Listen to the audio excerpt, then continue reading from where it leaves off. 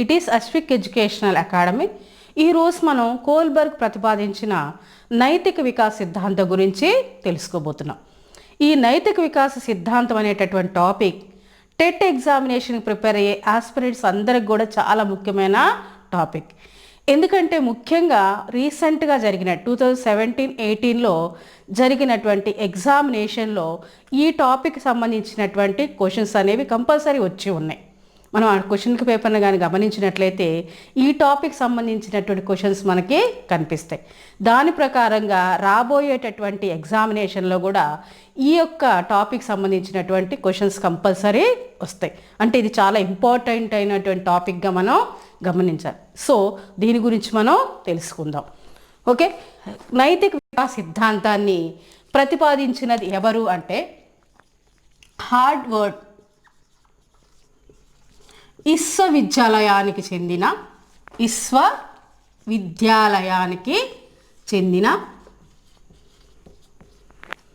Lawrence Kohlberg. చూడండి, అంటే Kohlberg నైతిక వికాస సిద్ధాంతం అంటారు దీన్ని. అంటే కోల్బర్గ్ యొక్క పూర్తి పేరు ఏంటంటే లారెన్స్ కోల్బర్గ్. ఈయన ఏ విశ్వవిద్యాలయానికి చెందినవారు అంటే హార్వర్డ్ విశ్వవిద్యాలయానికి చెందినవారు. ఈయన నైతిక వికాస సిద్ధాంతాన్ని ప్రతిపాదించడం జరిగింది. అయితే ఈయన ఈ సిద్ధాంతాన్ని ఎలా మనకి పరిచయం చేయడం జరిగిందంటే అనేక రకాలైనటువంటి సంస్కృతులు గల వందల మంది పిల్లలను అధ్యయనం చేసిన తర్వాత ఈ సిద్ధాంతాన్ని ఈయన రూపొందించడం జరిగినది.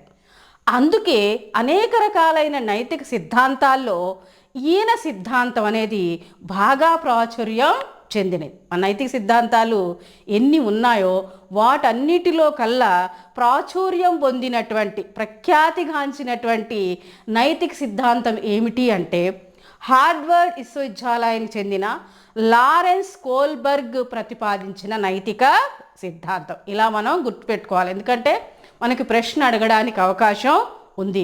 లారెన్స్ కోల్బర్గ్ ఏ విశ్వవిద్యాలయానికి చెందినవాడు? నైతిక వికాసం అంటే ప్రాచుర్యం పొందినటువంటి నైతిక వికాస సిద్ధాంతాన్ని ప్రతిపాదించినది ఎవరు అని అడగడం జరుగుతుంది. అప్పుడు మనం లారెన్స్ కోల్బర్గ్ అని ఆన్సర్ ఇవ్వచ్చు. అయితే అసలు నైతికత అంటే ఏమిటి అంటే మనం విద్యార్థులకి పిల్లలకి నైతిక విలువల గురించి నైతిక నియమాల గురించి మనం నేర్పించడానికి ప్రయత్నం చేస్తూ ఉంటాం. అసలు నైతికత అంటే ఏంటంటే తప్పు ఒప్పుకు మధ్య విచక్షణ జ్ఞానం అనేది ఉండడం. అంటే ఏది తప్పు ఏది ఒప్పు అని తెలుసుకొని ఒప్పులు మాత్రమే చేయడానికి మనం ప్రయత్నాలు చేయడం, ఒప్పుకు సంబంధించినటువంటి నియమాలను పాటించడం. అయితే ఇక్కడ ఈ లారెన్స్ కోల్బర్గ్ ఏం చెప్తారు అంటే పిల్లల యొక్క నైతిక వికాసం అనేది వారి యొక్క సంజ్ఞానాత్మక వికాసం మీద మరియు పెంపకం మీద మరియు సామాజిక అనుభవాల మీద ఆధారపడి ఉంటుంది. అంటే నైతిక వికాసం అనేది సంజ్ఞానాత్మక వికాసం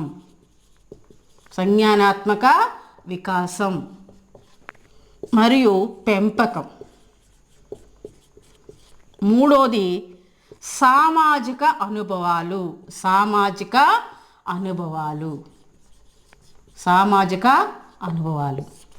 చూడండి, ఈ మూడిటి మీద పిల్లల యొక్క నైతిక వికాసం అనేది ఆధారపడి ఉంటుంది అని కోల్బర్గ్ మనకి చెప్పడం జరిగింది. అంతేకాకుండా ఆలోచన వివేచన వంటి ప్రజ్ఞానాత్మక ప్రక్రియలు అనేవి పిల్లల నైతిక వికాసానికి సంబంధించినటువంటి తీర్పుని ఇస్తాయి. ఆలోచన వివేచన అనేటటువంటి ప్రజ్ఞానాత్మక ప్రక్రియలు అనేవి పిల్లల యొక్క నైతిక వికాసానికి సంబంధించినటువంటి తీర్పుని అందిస్తాయి.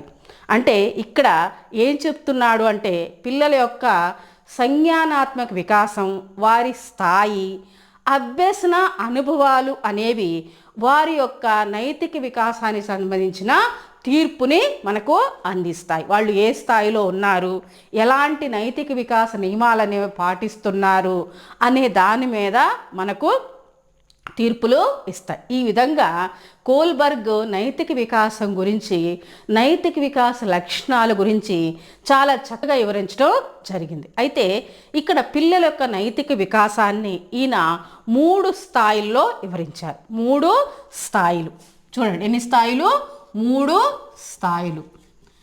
ఈ 3 స్థాయిల యొక్క నైతిక వికాసాన్ని 6 దశలలో వివరించడం జరిగింది. 6 దశలు, 3 స్థాయిలు, 6 దశలు. అంటే ఒక్కొక్క స్థాయిలో 2 దశలు అనేవి ఉంటాయి. ఒక్కొక్క స్థాయిలో 2 దశలు అనేవి ఉంటాయి. మనకి ఇలా కూడా ప్రశ్న అడగడానికి అవకాశం ఉంది. కోల్బర్గ్ నైతిక వికాసం అనేది ఎన్ని దశల్లో ఉండొచ్చు, లేదా ఎన్ని స్థాయిల్లో ఉంటుంది, ఎన్ని స్థాయిల్లో ఉంటుంది, ఎన్ని దశల్లో ఉంటుంది. స్థాయిలు అడిగితే 3 చెప్పాలి, దశలు అడిగితే 6 చెప్పాలి. ఓకే, సో మనం ఆ యొక్క స్థాయిలు, వాటికి సంబంధించినటువంటి దశల గురించి నేర్చుకుందాం.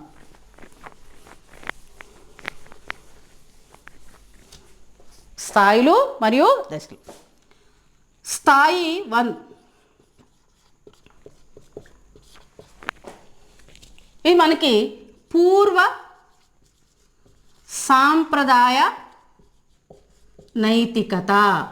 పూర్వ సాంప్రదాయ నైతికత ఇది ఎన్ని సంవత్సరాల పిల్లల్లో ఉంటుంది అంటే 4 నుండి 10 సంవత్సరాల పిల్లల్లో.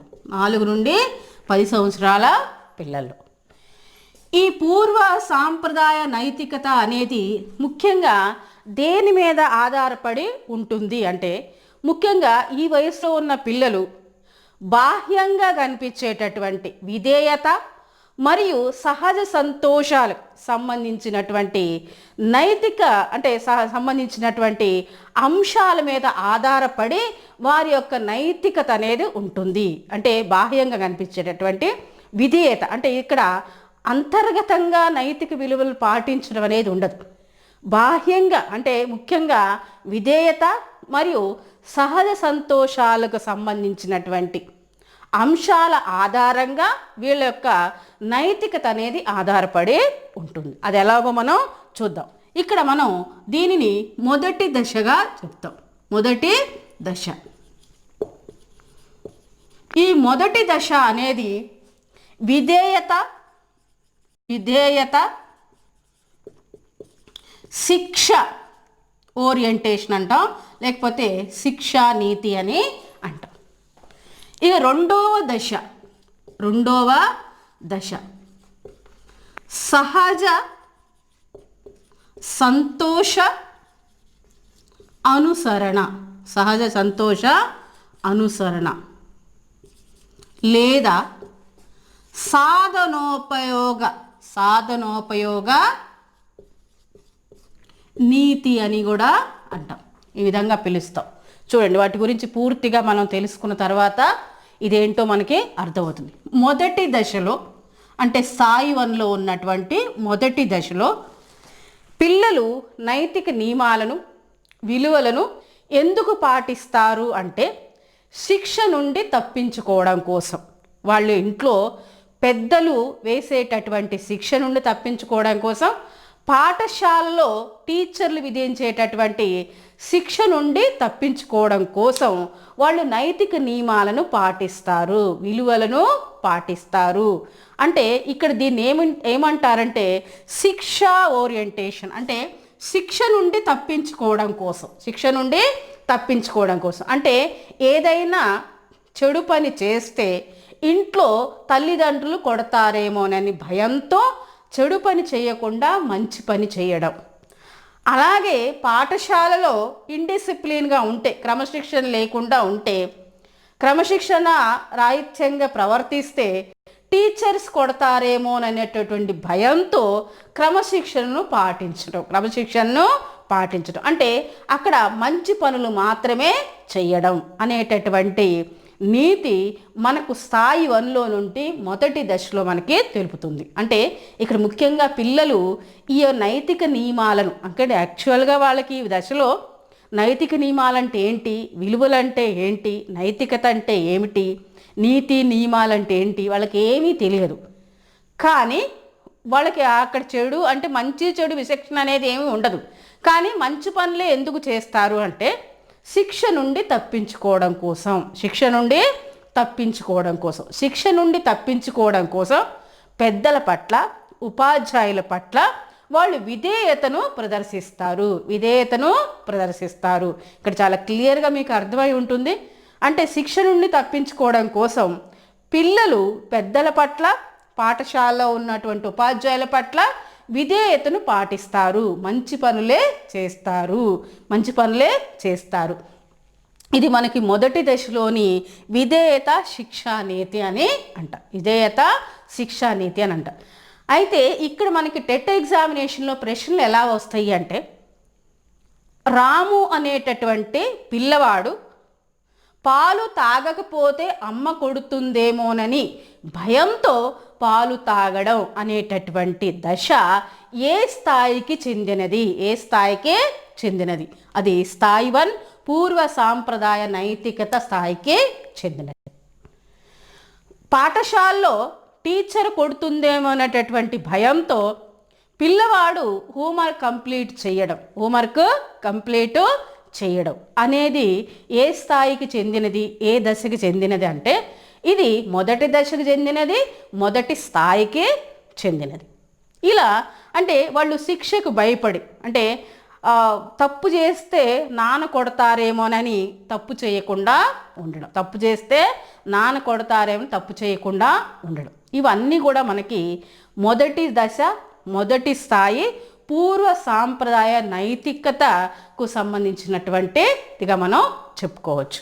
ఓకే, తర్వాత ఇక్కడ రెండవ దశ అనేది సహజ సంతోష అనుసరణ లేదా సాధనోపయోగ నీతి అంటారు. సహజ సంతోష అనుసరణ అంటే ఈ దశలో పిల్లలు సహజంగా వాళ్ళకి సంతోషాన్ని అందించేటటువంటి వాటి వలన, అంటే సహజంగా వాళ్ళకి సంతోషాన్ని అందించేటటువంటి వాటి కోసం వాళ్ళు ఈ యొక్క నైతిక విలువలను పాటిస్తారు, నియమాలను పాటిస్తారు.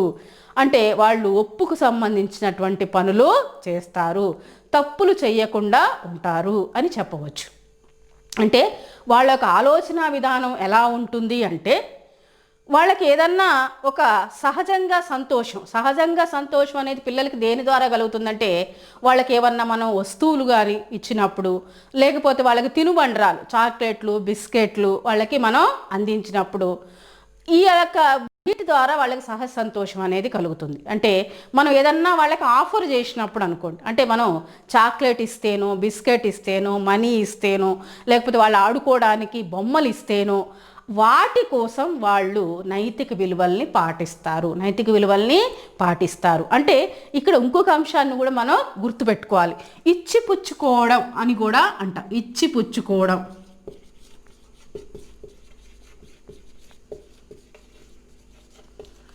అంటే ఇక్కడ వస్తు మార్పిడి అని కూడా అంట. వస్తు మార్పిడి, ఇచ్చిపుచ్చుకోవడం, వస్తు మార్పిడి. బార్టర్ సిస్టమ్ అనేది ఒకప్పుడు ఉండేది కదా, అలాంటిది. అంటే ఇక్కడ పిల్లవాడి యొక్క నైతికత అనేది ఎలా ఉంటుంది అంటే నువ్వు నాకు సహాయం చేస్తే నేను నీకు సహాయం చేస్తా, నువ్వు నాకేదైనా ఇస్తే నువ్వు చెప్పిన పని నేను చేస్తా అనేటటువంటి ధోరణిలో ఉంటుందన్నమాట. అంటే ఇక్కడ పిల్లలు ఏంటి, నేను 5 రూపీస్ ఇస్తాను, నువ్వు తొందరగా హోంవర్క్ కంప్లీట్ చేస్తే అనేటటువంటి దశ. అంటే వాళ్ళ అమ్మ 5 రూపీస్ ఇస్తానంటే రాము అనేటటువంటి విద్యార్థి హోంవర్క్ కంప్లీట్ చేశాడు. రితేష్ అనేటటువంటి విద్యార్థి వాళ్ళ నాన్న సైకిల్ కొనిపెడతానని చెప్పి హామీ ఇచ్చాడు కాబట్టి బాగా చదివి పరీక్షల్లో మంచి మార్కులు తెచ్చుకున్నాడు. పాఠశాలలో బహుమతి ఇస్తానని టీచర్ ప్రామిస్ చేయడం వలన ఆ పాఠశాలలో చదువుకునేటటువంటి సీత అనే అమ్మాయి క్రమశిక్షణ కలిగి ఉంది, క్రమశిక్షణని పాటిస్తూ వచ్చింది. క్రమశిక్షణ పాటించేటటువంటి విద్యార్థులందరికీ కూడా బహుమతి ఇస్తాను అని టీచర్ ప్రామిస్ చేయడం వల్ల సీత క్రమశిక్షణని పాటిస్తూ వస్తుంది. ఇలా ఈ విధంగా అంటే ఇక్కడేంటి బహుమతుల కోసం, లేకపోతే వాళ్ళకి సంతోషాన్ని అందించేటటువంటి వస్తువుల కోసం, అంటే వాళ్ళకి బాహ్యంగా వాళ్ళకి యొక్క అవసరాలను తీర్చేటటువంటి వస్తువుల కోసం వాళ్ళు నైతిక నియమాలను పాటించడం, విలువలను పాటించడం. ఇప్పుడు నేను చెప్పినటువంటి ఉదాహరణలు అన్నిటి ద్వారా కూడా మనకు టెట్ ఎగ్జామినేషన్లో ప్రశ్నలు అనేవి రావడం జరిగినాయి. ఎందుకంటే ఇక్కడ టెట్ ఎగ్జామినేషన్ ఇంకో ప్రశ్న కూడా అడిగా. ఏంటంటే ఒక విద్యార్థి యొక్క నాన్నగారు సినిమాకు తీసుకెళ్తానని హామీ ఇవ్వడం వలన ఆ అబ్బాయి అంటే ఆ విద్యార్థి త్వరగా హోంవర్క్ కంప్లీట్ చేశాడు. అంటే సినిమాకి అంటే వాడు హోంవర్క్ కంప్లీట్ చేయడం అనేది వాడి ఉద్దేశం కాదు. వాడికి హోంవర్క్ కంప్లీట్ చేయడం అనేది మంచా చెడా తెలియదు. కానీ ఆ మంచి పని ఎందుకు చేశాడు అంటే సినిమాకు తీసుకెళ్తాడు అనేటటువంటి ఉద్దేశంతో. సో ఇలాంటివన్నీ కూడా మనకి ఇక్కడ రెండవ దశలో మొదటి స్థాయిలో పూర్వ సాంప్రదాయ నైతికతకు సంబంధించిందిగా మనం చెప్పుకోవచ్చు. పూర్వ సాంప్రదాయ నైతికతలో ఇది రెండవ దశగా మనం చెప్పుకోవచ్చు. ఈ దశలో పిల్లలకు సహసంతోషాన్ని అందించేటటువంటి వస్తువుల ద్వారా, ఆ సహసంతోషానికి సంబంధించినటువంటి వాటి ద్వారా వాళ్ళు నైతిక విలువలను పాటిస్తారు. ఓకే, అర్థమైంది కదా?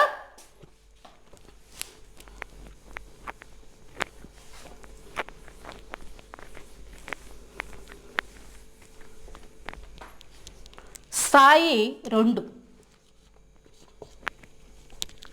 సాంప్రదాయ నైతికత. ఇది 11 నుండి 14 సంవత్సరాలు ఉంటుంది. 13 సంవత్సరాల వరకు ఉంటుంది. 11 నుండి 13 సంవత్సరాల వయసులో ఇది ఉంటుంది. ఇది రెండవ స్థాయి. ముఖ్యంగా కోల్బర్గ్ నైతిక వికాస సిద్ధాంతం అనుసారంగా ఈ స్థాయిలో పిల్లలు నైతిక విలువల్ని ఎలా పాటిస్తారు అంటే సాంప్రదాయాలు అంటే నియమాలు, మనకున్నటువంటి ఆచారాలు, వ్యవహారాలను పాటించడం ద్వారా అంటే సమాజంలో ఉన్నటువంటి సాంప్రదాయాలను, నియమాలను, ఆచారాలను, వ్యవహారాలను పాటించడం ద్వారా వాళ్ళ నైతిక వికాసం అనేది ఆధారపడి ఉంటుంది. అంటే సామాజిక నియమాలు, నిబంధనలు పాటించడం ద్వారా వాళ్ళ నైతిక వికాసం అనేది ఆధారపడి ఉంటుంది. అంటే సమాజంలో మనకి చాలా రూల్స్, రెగ్యులేషన్స్ ఉంటాయి, నియమ నిబంధనలు ఉంటాయి, సూత్రాలు ఉంటాయి. వాటిని పాటించడం ద్వారా వాళ్ళ నైతిక వికాసం అనేది ఆధారపడి ఉంటుంది. ఇక్కడ కూడా మనకి 2 స్థాయిలు అనేవి ఉన్నాయి. మనకి దీన్ని మూడవ దశ అని అంటాం. మూడవ దశ మంచి బాలుడు, మంచి బాలిక నీతి. 4వ దశ అధికారం సాంఘిక క్రమ నిర్వహణ నీతి.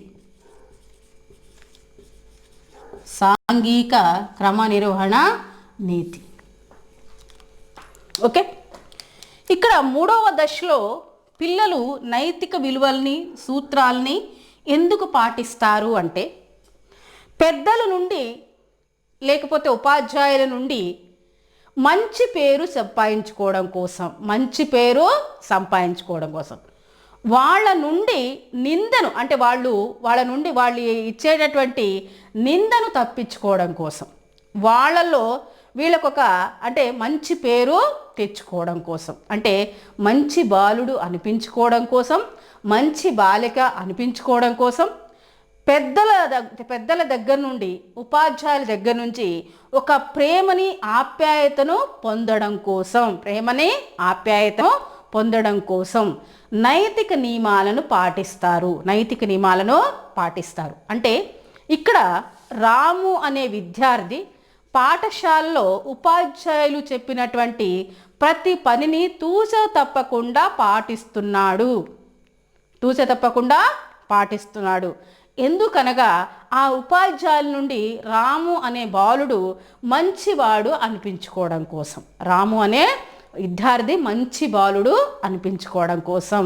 ఇది మంచి బాలుడు మంచి బాలిక నీతి. అలాగే సీత అనే అమ్మాయి ఇంట్లో ప్రతి పనిని అంటే ప్రతి పనిని కూడా సక్రమంగా చక్కగా చేస్తూ వస్తుంది. ఎందుకంటే వాళ్ళ అమ్మ నుండి మంచి బాలిక అనే పేరు తెచ్చుకోవడం కోసం, మంచి బాలిక అనే పేరు తెచ్చుకోవడం కోసం. అంటే పిల్లలు ఎప్పుడైనా సరే you are good, you are excellent, good boy, good girl అంటే వాళ్ళు ఏ పనైనా చేస్తారు. వాళ్ళు రెగ్యులర్గా స్కూల్కి వస్తారు, వాళ్ళు కంపల్సరీ హోంవర్క్ చేస్తారు, క్లాస్లో కూడా డిసిప్లిన్గా ఉంటారు. వాళ్ళు బయటికి వెళ్ళినప్పుడు వాటర్కి కానీ లేకపోతే బస్సు ఎక్కేటప్పుడు దిగేటప్పుడు వాళ్ళు క్యూని పాటిస్తూ ఉంటారు. ఇవన్నీ అంటే క్రమశిక్షణకు సంబంధించినటువంటి అంటే ఆ స్కూల్కి సంబంధించినటువంటి నియమాలన్నిటిని కూడా ఎందుకు పాటిస్తున్నారు అంటే వాళ్ళు ఆ స్కూల్లో ఉన్నటువంటి ఉపాధ్యాయులు అందరి చేత మంచి పిల్లలు అనిపించుకోవడం కోసం, మంచి బాలుడు అనిపించుకోవడం కోసం లేదా మంచి బాలిక అనిపించుకోవడం కోసం ఇవన్నీ పాటిస్తూ వస్తున్నారు. అంటే ప్రతి స్కూలుకు కూడా కొన్ని నియమాలనే ఉంటాయి, కొన్ని సూత్రాలనే ఉంటాయి.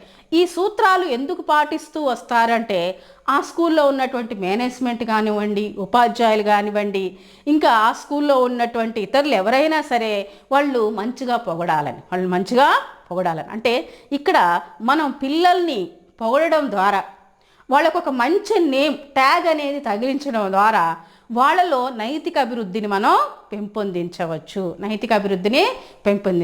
అందుకనే పిల్లలు మనం ఎప్పుడు కూడా వెన్ను తడుతూ ఉండాలి, ప్రేజ్ చేస్తూ ఉండాలి, అప్రిషియేట్ చేస్తూ ఉండాలి. యు ఆర్ గుడ్ బాయ్ అని, గుడ్ గర్ల్ అని, యు ఆర్ సో నైస్ అని, సో గుడ్ అని ఇట్లా మనం వాళ్ళని ఎన్ను తడుతూ అప్రిషియేట్ చేస్తూ ఉంటే వాళ్ళు ఎప్పటికీ మంచి పనులే చేస్తారు. వాళ్ళలో పాజిటివ్ ఎనర్జీ అనేది ఇంప్రూవ్ అవుతూ ఉంటుంది, మంచి పనులు చేస్తూ ఉంటారు. అంటే వాళ్ళ నైతిక విలువలు అనేవి పాటించడం జరుగుతుంది. ఓకే, ఇది మనకి మంచి బాలుడు మంచి బాలిక ఓరియంటేషన్ లేదా నీతి అంట. ఇది మనకి 3వ దశకు సంబంధించినది, 2వ స్థాయికి సంబంధించినది. మనకి ప్రశ్నలు అడుగుతాడు. ఎలా అంటే రాము అనే విద్యార్థి ఉపాధ్యాయుడు చెప్పిన ప్రతి పనిని కూడా తూచ తప్పకుండా పాటిస్తున్నాడు.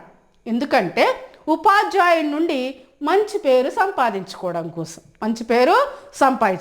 ఈ యొక్క రాము ఏ దశలో ఉన్నాడు మరియు ఏ స్థాయిలో ఉన్నాడు?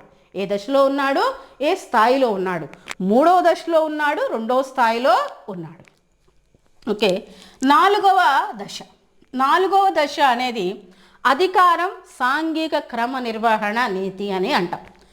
ఇక్కడ మనకి అధికారం అంటే ప్రతి సమాజంలో, ప్రతి స్కూల్లో, ఎక్కడైనా సరే ఒక సంస్థలో కానీ, స్కూల్లో కానీ, సమాజంలో కానీ నియమాలనే ఉంటాయి. అంటే రూల్స్ రెగ్యులేషన్స్ ఉంటాయి, నియమ నిబంధనలనే ఉంటాయి.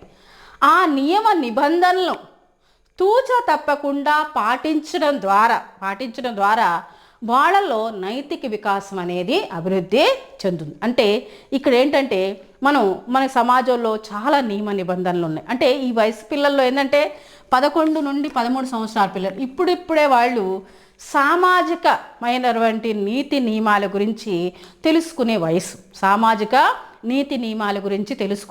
వయసు. అంటే మనం సమాజంలో కొన్ని నియమాలు ఉంటాయి, నిబంధనలు ఉంటాయి, సూత్రాలు ఉంటాయి. ఎలా అంటే ఫర్ ఎగ్జాంపుల్ ట్రాఫిక్ రూల్స్.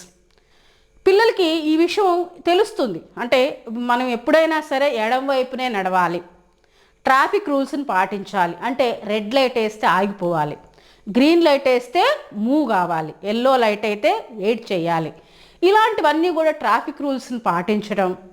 మనం జీబ్రా క్రాసింగ్ ఉన్నప్పుడు మాత్రం జీబ్రా క్రాసింగ్ దగ్గరే మనం రోడ్ని క్రాస్ చేయడం, ఈ పెద్దల్ని గౌరవించడం, చట్టాలని గౌరవించడం.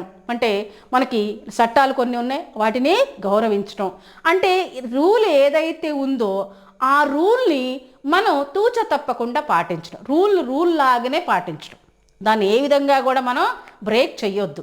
అంటే మనకు నియమం ఏదైతే పెట్టారో ఆ నియమాల్లాగానే పాటించడం ద్వారా వాళ్ళ యొక్క నైతిక వికాసం అనేది ఆధారపడి ఉంటుంది. ఈ విధంగా మనకి 4వ దశలో పిల్లలు సామాజిక పరమైనటువంటి నీతి నియమాలను, నిబంధనలను, కట్టుబాట్లను, సాంప్రదాయాలను పాటించడం ద్వారా వాళ్ళ యొక్క నైతిక విలువల్ని మనం అంచనా వేస్తాం. వాళ్ళ నైతిక విలువలకు సంబంధించినటువంటి తీర్పులు మనం ఇస్తాం. అంతేకాకుండా ఇక్కడ స్కూల్లో చదువుకునే పిల్లలు స్కూలుకు సంబంధించినటువంటి నియమాలను పాటించడం. స్కూలుకు సంబంధించిన నియమాలు ఏముంటాయి? స్కూల్ టైం ఏదైతే ఉందో ఆ టైం బిఫోరే స్కూల్కి రీచ్ కావాలి. స్కూల్లో ఎలాంటి క్రమశిక్షణ రాహిత్యంగా ప్రవర్తించకూడదు. ఎవరితో కూడా ఇండిసిప్లిన్గా బిహేవ్ చేయకూడదు.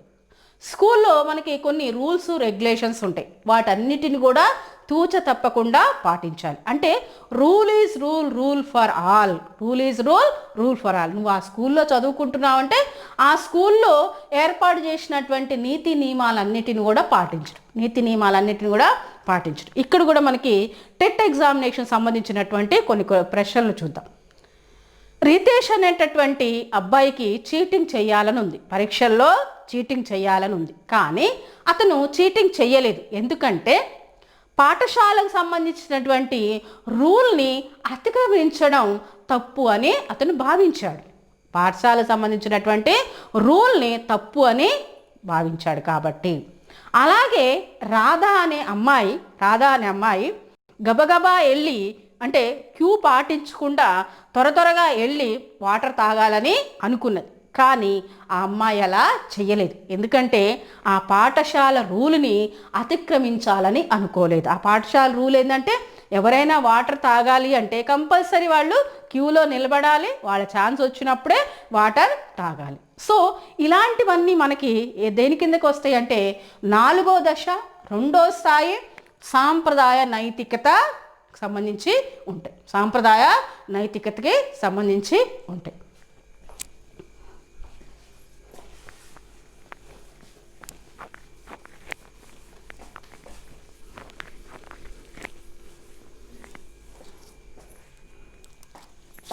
స్థాయి 3 ఉత్తర సాంప్రదాయ నైతికత.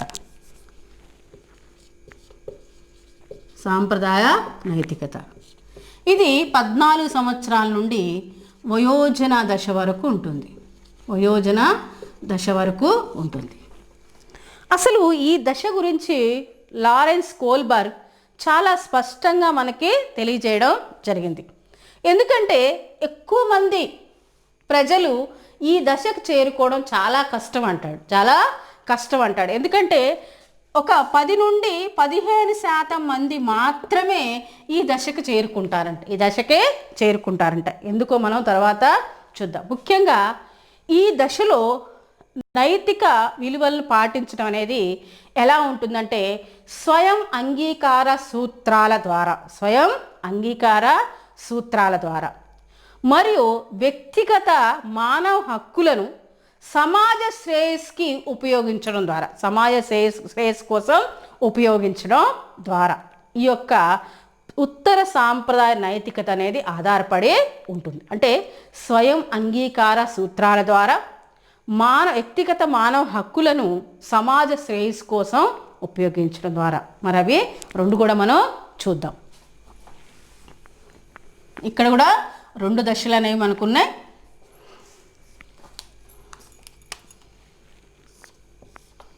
ఐదవ దశ 6వ దశ. ఈ 5వ దశ సామాజిక ఒడంబడిక గల దశగా చెప్తాం. అంతేకాకుండా వ్యక్తిగత మానవ హక్కులు ప్రజాస్వామికంగా అంగీకరించిన నీతి. చూడండి, సామాజిక ఒడంబడిక గల దశ, వ్యక్తిగత మానవ హక్కులు ప్రజాస్వామికంగా అంగీకరించిన నీతి. మరి ఇక్కడ 6వ దశలో కూడా చూద్దాం. 6వ దశ అనేది ఏంటంటే వ్యక్తిగత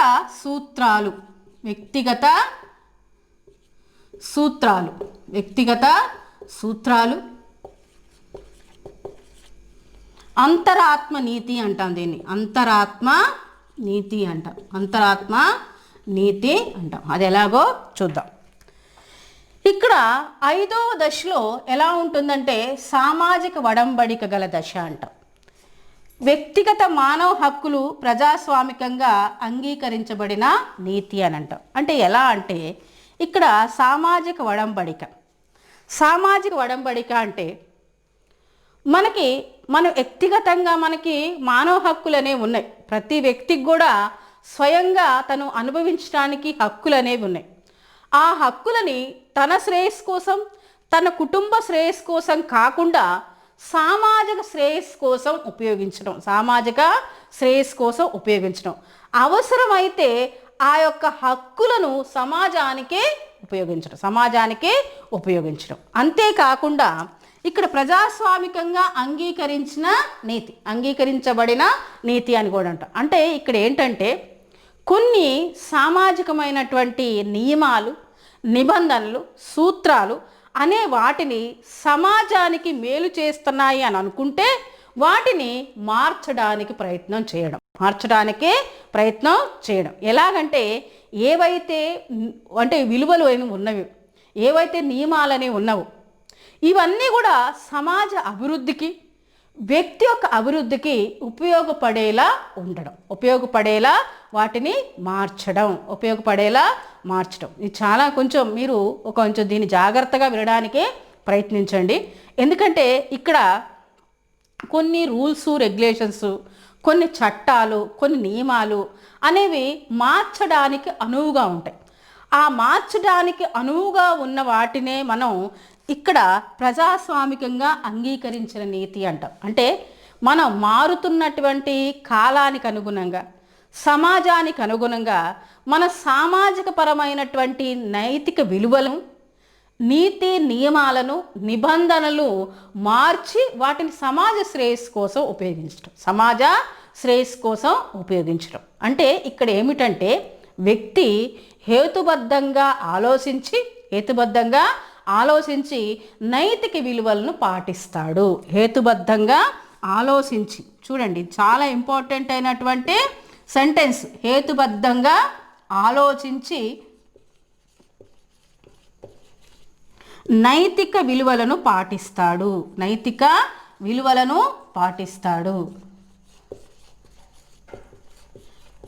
అంటే రూల్స్ అనేవి మనం ఇక్కడ బ్రేక్ చేయడం జరుగుతుంది. రూల్స్ని మనం అతిక్రమించడం జరుగుతుంది. ఎందుకు అతిక్రమిస్తున్నాము అంటే సమాజానికి మేలు జరుగుతుంది కాబట్టి దాన్నే మనం హేతుబద్ధమైనటువంటి ఆలోచన అంటాం. అందరికీ ఒకే రూల్ అనేది సమంజసం కాకపోవచ్చు. కొంతమంది విషయంలో మనం ఏదైతే రూల్ పెట్టామో అది సరైనది కాకపోవచ్చు. అప్పుడు మనం ఆ వ్యక్తిని బట్టి, ఆ వ్యక్తికి ఉన్నటువంటి సమస్యను బట్టి మనం ఆలోచించి ఆ యొక్క రూల్ని బ్రేక్ చేయడాన్నే హేతుబద్ధంగా ఆలోచించడం అంటే ఇక్కడ రూల్ ఉంది కదా అని చెప్పి అందరి మీద రుద్దడం కాదు. రూల్ ఉంది కరెక్టే, కానీ ఒక్కొక్కసారి దాన్ని మార్పు చేయడం కానీ, దాన్ని పొడిగించడము, తగ్గించడం కానీ చేసినప్పుడు అవతల వాళ్ళకి అది మేలు జరుగుతుంది. దాన్నే హేతుబద్ధంగా ఆలోచించి నైతిక విలువలను పాటించడం అని అంటాం. ఓకే, ఇవన్నీ కూడా మనం చాలా కేర్ఫుల్గా గమనించాలి. సామాజిక వడంబడిక గల దశ. ఈ దశలో వ్యక్తులు అంటే మానవ హక్కులు ఏవైతే ఉన్నాయో వాటిని సమాజం కోసం ఉపయోగించడం, ఇవన్నీ అంటే మనం ఏదైతే రూల్స్ రెగ్యులేషన్స్ మార్చామో అవి ప్రజాస్వామికంగా అంగీకరించబడాలి. అందరూ కూడా వాటిని ఆమోదించే విధంగా ఉండాలి. ఫర్ ఎగ్జాంపుల్, ఇక్కడ ఒక ఎగ్జాంపుల్ వింటే మీకు ఇంకా క్లియర్గా అర్థమవుతుంది. ఒక అంబులెన్స్ డ్రైవర్ ట్రాఫిక్ రూల్స్ని పాటించకుండా, అంటే రెడ్ లైట్ వేసినా ఆగకుండా స్పీడ్ లిమిట్స్ని దాటుతూ చాలా ఫాస్ట్గా డ్రైవ్ చేసి ఒక పేషెంట్ని హాస్పిటల్కి తీసుకెళ్ళాడు. అంటే ఇక్కడ తను ఏవైతే ట్రాఫిక్ రూల్స్ ఉన్నాయో, ఏవైతే నియమ నిబంధనలు అనేవి ఉన్నాయో వాటిని అతిక్రమించడం జరిగింది. ఎందుకు అతిక్రమించాడు అంటే ఆ పేషెంట్ని చాలా త్వరగా హాస్పిటల్కి తీసుకెళ్ళాలి. అలా వాటిని అతిక్రమించడం వల్ల, ట్రాఫిక్ రూల్స్ని అతిక్రమించడం వల్ల సరైన సమయంలో ఆ యొక్క పేషెంట్ని హాస్పిటల్లో జాయిన్ చేయగలిగాడు. ఆ పేషెంట్ యొక్క ప్రాణాన్ని కాపాడగలిగాడు. ఇక రూల్ ఉంది కదా, నేను పాటించాలి, rule is rule for all అని అక్కడే నిలబడిపోయాడు అనుకోండి, రెడ్ లైట్ అయ్యగానే ఆగిపోయాడు అనుకోండి, ఆ స్పీడ్ లిమిట్స్ని దాటకుండా ఎంత స్పీడ్ అయితే ఉందో అంత స్పీడ్లో డ్రైవ్ చేశాడు అనుకోండి, ఆ పేషెంటు చనిపోతుంది. సో ఈ విధమైనటువంటి, అంటే ఇక్కడ ఏంటంటే ఒక రూల్ను అతిక్రమించడం జరిగినప్పుడు అది సమాజానికి నిజంగా మేలు చేస్తుంది అనుకుంటే ఆ రూల్ని బ్రేక్ చేయడం అనే దాన్ని మనం 5వ దశలో 3వ స్థాయిలో మనం చూస్తాం. 5వ దశ, ఇది 3వ స్థాయి. ఇలాంటి ప్రశ్నలు, అంటే మనకి ఇలాంటి ప్రశ్నల ద్వారానే మనం ఇది ఏ దశ ఏ స్థాయి అని అడుగుతాడు. అయితే దీంట్లో ఇంకొక అంశాన్ని కూడా మనం గుర్తుపెట్టుకోవాలి. ఇది మనకి స్టెట్ ఎగ్జామినేషన్లో అడగడం జరిగింది. మెర్సీ కిల్లింగ్స్ కూడా దీని కిందకే వస్తాయి. మెర్సీ కిల్లింగ్స్ అంటే ముఖ్యంగా ఏంటంటే హాస్పిటల్స్లో అసలు డాక్టర్ యొక్క ముఖ్యమైనటువంటి విధి, ఒక రెస్పాన్సిబిలిటీ ఏంటంటే పేషెంట్ని బ్రతికించడం. ఎట్టి పరిస్థితుల్లో కూడా పేషెంట్ని ట్రీట్ చేయడం, బ్రతికించడం అనేది ఆయన యొక్క రెస్పాన్సిబిలిటీ. కానీ కొన్ని సమయాలలో మెర్సీ కిల్లింగ్కి పాలు పడాల్సి వస్తుంది, మెర్సీ కిల్లింగ్ చేయాల్సి వస్తుంది. ఎలాంటి పరిస్థితుల్లో అంటే ఇది కూడా మనకి ఒకసారి క్వశ్చన్ అనేది ఇచ్చాడు. ఒక పేషెంట్ చాలా దయనీయమైన స్థితిలో చాలా బాధపడుతూ, అంటే తను ఫిజికల్గా అంటే చాలా నొప్పులతో బాధపడుతున్నాడు. ఆ పేషెంట్కి తెలుసు తను చనిపోతానని. ఈ బాధల్ని భరించలేక డాక్టర్ని ప్రాధేయపడ్డాడు, నన్ను చంపేయండి డాక్టర్ గారు, ఈ బాధను నేను అస్సలు భరించలేకుండా ఉన్నాను. కానీ నిజంగా అతను చంపేయడం అనేది అది మన రూల్ని అతిక్రమించినట్టు, హాస్పిటల్ రూల్ని అతిక్రమించినట్టే. కానీ ఆ పేషెంట్ యొక్క బాధ చూడలేక ఆ పేషెంట్ ప్రాధేయపడడం ద్వారా తను ఆ పేషెంట్ని చంపడం జరిగింది. అంటే ఒక ఇంజెక్షన్ చేసి తను చంపడం జరిగింది. తను ఎలాగూ చనిపోతాడు, కానీ చచ్చే వరకు పేషెంట్ని చంపొద్దు. కానీ అతను ప్రాధేయపడ్డ ద్వారా, ఎందుకంటే ఆ పేషెంటు దయనీయమనే స్థితిలో చాలా బాధపడుతూ ఇక నేను ఉండలేను అనేటటువంటి స్టేజ్లో ఉన్నాడు. అలాంటి పరిస్థితుల్లో ఈ పని చేయాల్సి వచ్చింది. సో ఇవన్నీ కూడా ఏంటంటే 5వ దశలో 3వ స్థాయి ఉత్తర సాంప్రదాయ నైతికతకి సంబంధించినవి మనం చెప్పొచ్చు. ఇలాంటి రకంగా మనకు ప్రశ్న అనేది అడుగుతాడు. అంటే మనం ఒక రూల్ని అతిక్రమించినప్పుడు, ఒక నియమాన్ని అతిక్రమించినప్పుడు అది సమాజ శ్రేయస్సు కోసం మేలు జరగాలి, సమాజ శ్రేయస్సు కోసం మనం అతిక్రమించాలి. అదే వ్యక్తిగతమైనటువంటి రూలు, కానీ నువ్వు సమాజ శ్రేయస్సు కోసం చేసినప్పుడు దాన్ని మనం నైతిక విలువనే అంటాం, నైతికతనే అంటాం. ఓకే, తర్వాత ఇక్కడ 6వ దశ వ్యక్తిగత సూత్రాలు అంతరాత్మ నీతి అంట. వ్యక్తిగత సూత్రాలు అంతరాత్మ నీతి అంట. దీన్ని సార్వజనీన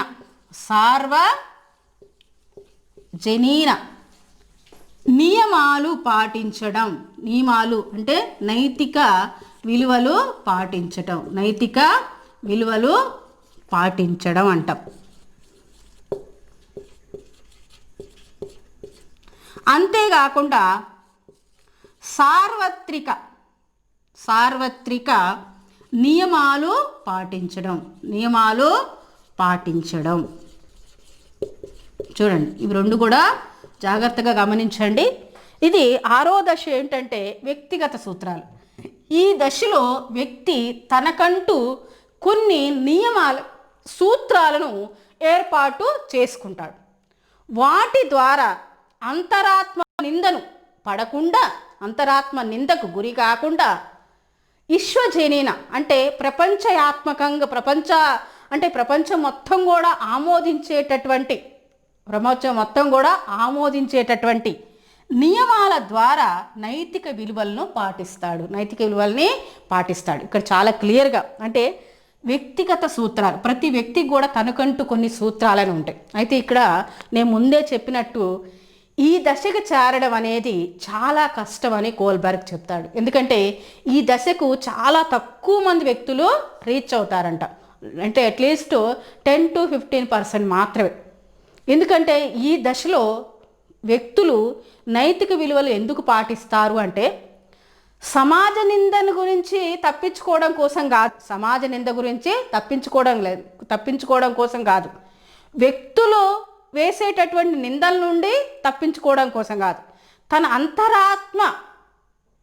అంతరాత్మకు సంబంధించినటువంటి అంటే తన అంతరాత్మ విధించేటటువంటి నింద నుండి తప్పించుకోవడం కోసం, తన అంతరాత్మ విధించేటటువంటి నింద నుండి తప్పించుకోవడం కోసం. అంటే ఇక్కడ చాలా క్లియర్గా మనకి ఏమర్థమవుతుందంటే సమాజంలో పేరు ప్రఖ్యాతులు సంపాదించుకోవడం కోసమో, సమాజంలో ఈయన చాలా గొప్పవాడు అనిపించుకోవడం కోసమో వీళ్ళు నైతిక విలువల్ని పాటించరు. వీళ్ళు వాళ్ళ ఆత్మసంతృప్తి కోసం అంతరాత్మ చెప్పిన విధంగా వాళ్ళంటూ కొన్ని సూత్రాలను ఏర్పరచుకొని ఆ సూత్రాల ద్వారా విశ్వజనీన నియమాలు పాటించరు. అంటే వీళ్ళు ఏర్పరచుకున్న సూత్రాలు అనేవి ఒక సమాజం కాదు, ఒక రాష్ట్రం కాదు, ఒక దేశం కాదు, మొత్తం ప్రపంచం ఆమోదించే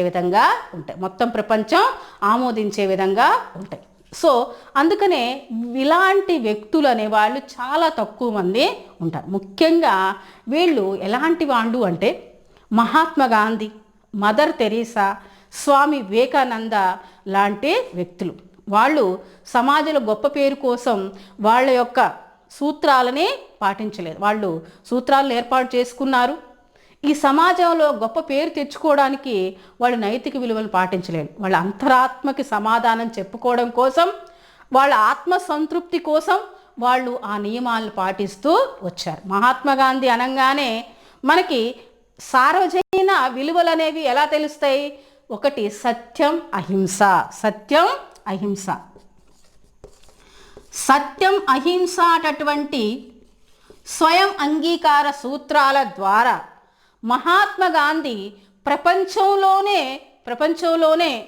ఈ ఆ సూత్రాలని పాటించే విధంగా నైతిక విలువల్ని పాటించాడు. అంటే ఇలాంటి వ్యక్తులు ఎలా ఉంటారంటే వాళ్ళు రూపొందించుకున్నటువంటి సూత్రాలను ఎట్టి పరిస్థితుల్లో కూడా త్వజించడం జరగదు. సో దీని మీద కూడా మనకు టెట్ ఎగ్జామినేషన్లో ప్రశ్నలు అడగడం జరిగింది. స్వయం అంగీకార సూత్రాల ద్వారా వ్యక్తి నైతిక విలువలను పాటించడం అనేది ఏ దశ కిందకు వస్తుంది, ఏ స్థాయి కిందకు వస్తుంది? చూడు, స్వయం అంగీకార సూత్రాల ద్వారా నైతిక విలువలను పాటించడం అనేది ఏ దశ కిందకు వస్తుంది, ఏ స్థాయి కిందకి వస్తుంది అంటే ఇది 6వ దశ కిందకి వస్తుంది, 3వ స్థాయి కిందకి వస్తుంది. అంటే ఇక్కడ సార్వజనీన నైతిక విలువలు అంటే ప్రపంచం మొత్తం ఆమోదించేటటువంటి నైతిక విలువలు. ఇందాక చెప్పాను కదా, కొన్ని విలువలు అనేవి మార్చడానికి అనుగుణంగా ఉంటాయి. కొన్ని విలువలు ఎట్టి పరిస్థితుల్లో మార్చడానికి అంటే మార్చలేము అన్నమాట.